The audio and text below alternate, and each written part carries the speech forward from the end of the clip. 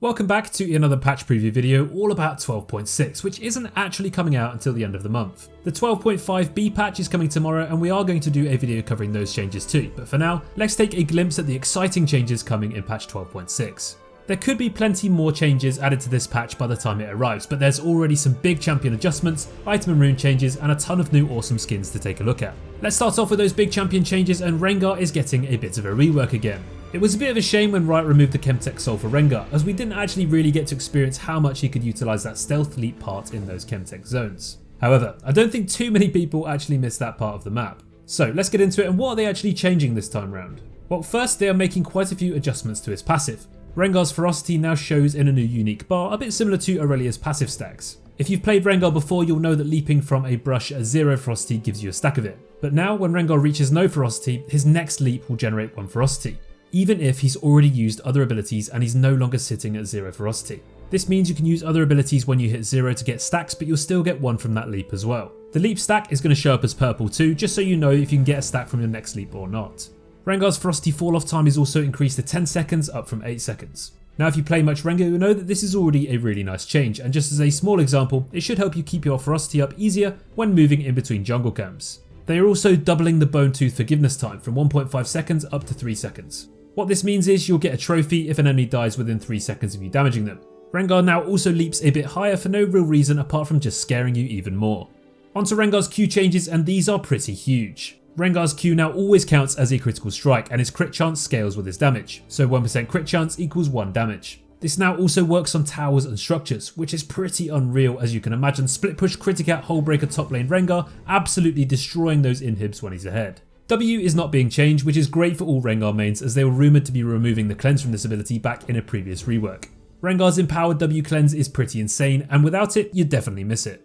Rengar's E now has no cast time when he's leaping, and if you're a good Rengar player this probably won't make too much of a difference. It does reveal enemies hit for 2 seconds though, which is pretty awesome, as you need vision to jump to your enemies out of the brush. Maybe the most underrated change that's huge though is Rengar's ultimate now not only reveals enemies but also an area around them. This could potentially give you a ton of vision when scouting out objectives and checking if you're safe to get in and assassinate those carries. So that's it for the Rengar changes. Most of these are pretty much just quality of life changes, but that Q crit rework is definitely going to be what makes the most impact. What do you guys think of these changes, and do you think he's going to be absolutely broken now or just the same old one-trick champion as usual? Let us know in the comments below. So Riot have also mentioned that they're planning on nerfing Zeri again, thank God. Ever since her release she's been incredibly unstable and basically just disgustingly overpowered. Zeri's movement, her mobility and consistent DPS make her a real threat to play against, and if she's against a low CC comp, she's going to absolutely destroy them. So what are Riot planning on doing to change this? Well, we've already seen several changes and nerfs, but none of those have really quite made enough difference just yet. First off, they are nerfing and changing some of Zeri's base stats. Less base AD, less base and scaling armor, and less base health, but increasing the scaling HP slightly to compensate. Her Q damage is getting a slight buff, but her charge right click and max health damage is being nerfed pretty significantly. Zeri's E is also being nerfed again, this time becoming a flat cooldown rather than getting lower with each level, and now its path through damage is being nerfed as well. Zeri's ultimate is also being nerfed at lower ranks, and the stacks per champion hit with his AoE explosions is being increased from 3 to 4 to compensate. Overall, nothing really too crazy, no big reworked abilities but just more damage tweaks and stat changes. Hopefully this will make her a little bit less perma-bannable, but for now we're going to stay realistic and consider the fact that this may not actually make a difference. It does feel like, however, they've got to be a little bit careful now. With so many nerfs to this champion spread out over a few patches, one nerf too many and they could absolutely destroy her. Not that too many people would complain about it though. So that's all we know for champion changes so far. As we said earlier, much more could come over the next few weeks, so keep your eyes peeled. Let's move on to the system changes, and there's some pretty interesting ones coming along. Firstly, let's talk about items, and lifesteal items are the only ones really being changed. Vampiric Scepter is having its lifesteal nerfed from 10% to 8%. This is going to make a pretty big difference in quite a few matchups where this early pickup of this item can be crucial.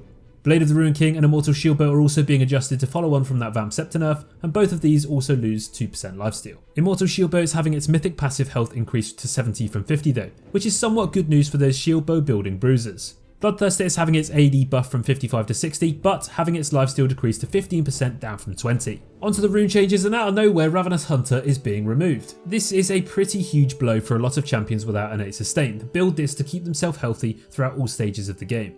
This one is being replaced by Treasure Hunter, which sounds like it was made for Gangplank. You will gain an additional 70 gold the next time you collect a Bounty Hunter stack. You can increase the gold gain by 20 for each bounty hunter stack up to a total of 150 gold. So as far as I'm aware, this rune basically just gives you up to 550 gold if you kill all 5 opponents on the enemy team.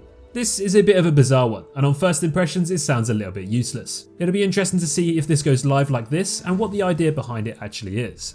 Fleet Footwork is also receiving a little bit of a nerf, having its scaling for both AP and AD going down by 0.1. Legend Bloodline is now granting less lifesteal per stack, and now max stats instead it grants 100 health. Overall, the common trend of this patch so far seems to be all about hitting and nerfing those sustain and lifesteal items and runes. Could we see more item changes like this come along for the patch? It does seem a little bit strange to me to be making all of these changes without doing anything to Death's Dance, which is arguably the most broken item of all.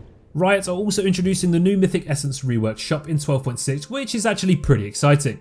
This is going to be an awesome way to get those prestige and gemstone skins you've always wanted. So that's it for all of the different changes we know about so far for patch 12.6. Stick around to check out the new awesome skins coming in this patch too, and we'll see you tomorrow in the 12.5b balance changes video. Thanks for watching, and as always, take care.